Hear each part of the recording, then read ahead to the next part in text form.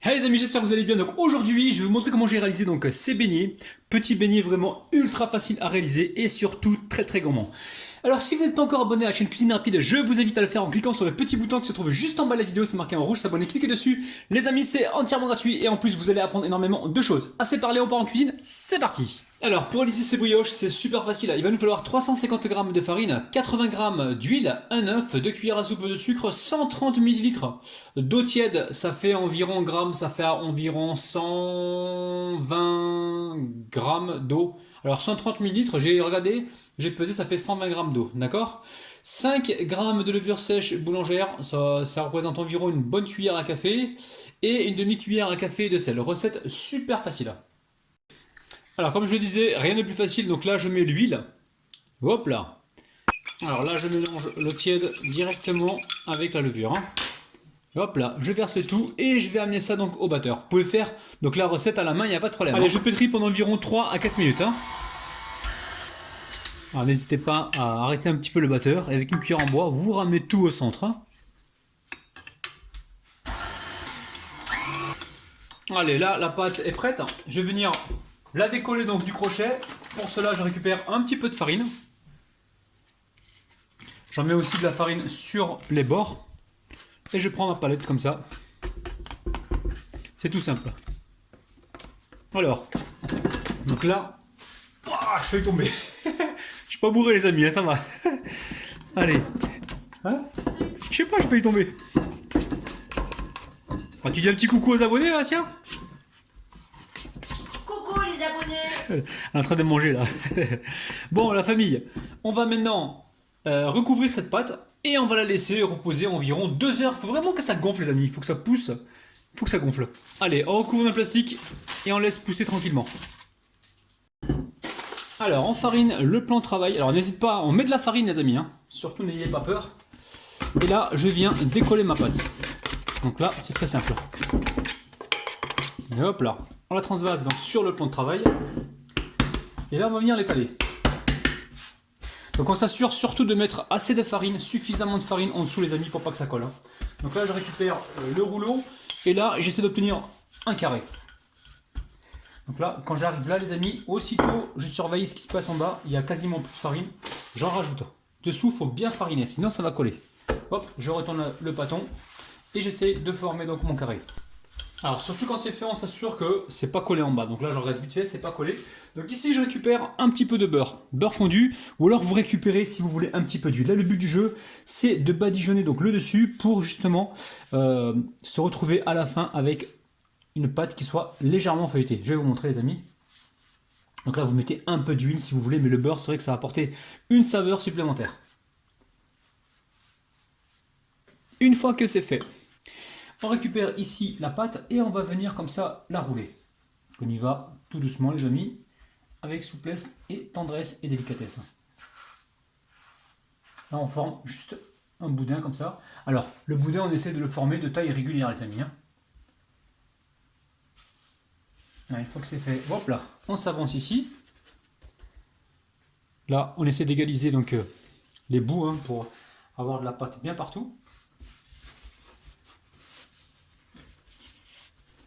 Alors je divise ma pâte en deux pour mieux la travailler les amis. Hein. Donc là cette partie là je la mets ici, celle-là je la récupère. Donc fermeture vers le bas, d'accord?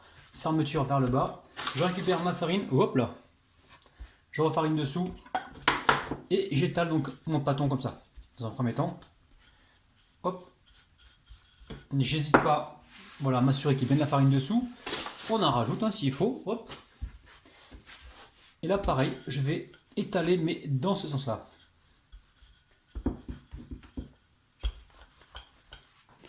Alors quand c'est fait comme ça, vous récupérez la roulette hein, et on va d'abord couper les bords, hop là.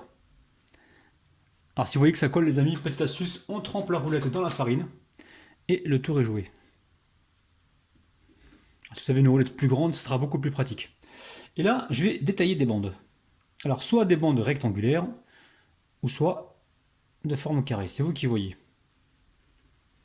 Alors j'ai une autre roulette, je vais la tester pour voir si c'est plus pratique.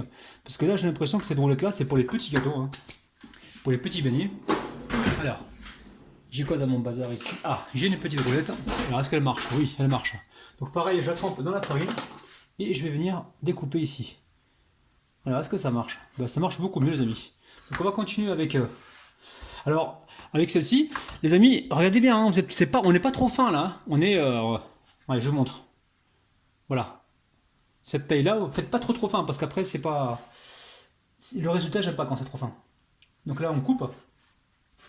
On essaye d'être régulier au niveau des tailles.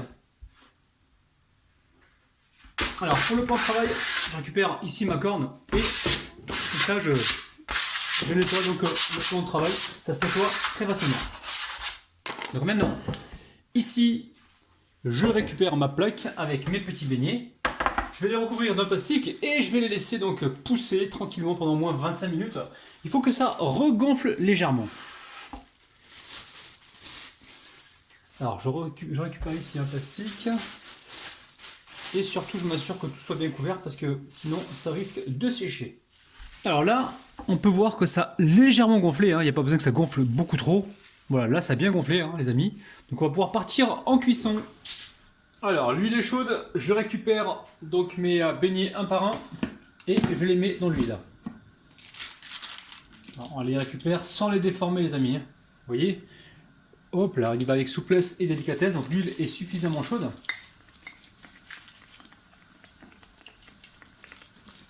Ah, ça sent déjà bon, les amis. Hein.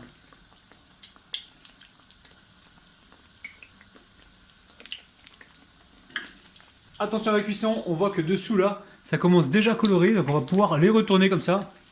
Alors vous pouvez, si vous voulez, hein, vous amuser à les arroser comme ça pour leur donner plus de feuilleté. Mais bon, faites vraiment comme vous voulez les amis. Hein.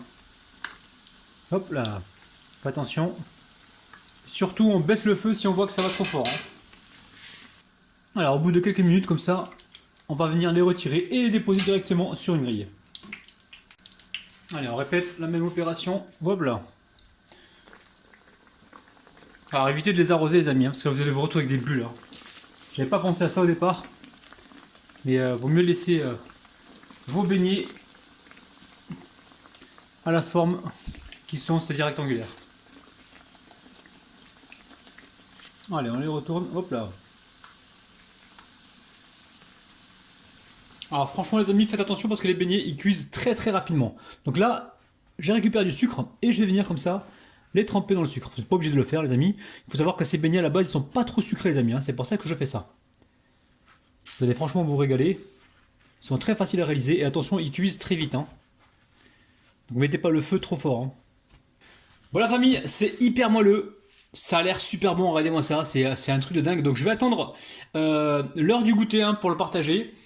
Refaites cette recette, faites-vous plaisir, attention à l'huile, ne la laissez pas trop chaude les amis. Prenez soin de vous les amis, bye bye. Les amis aujourd'hui, dédicace, spéciale dédicace donc à Sarah Louz que j'ai rencontré donc dans un magasin à Gennevilliers. Donc salut à toi et grosse dédicace pour toi.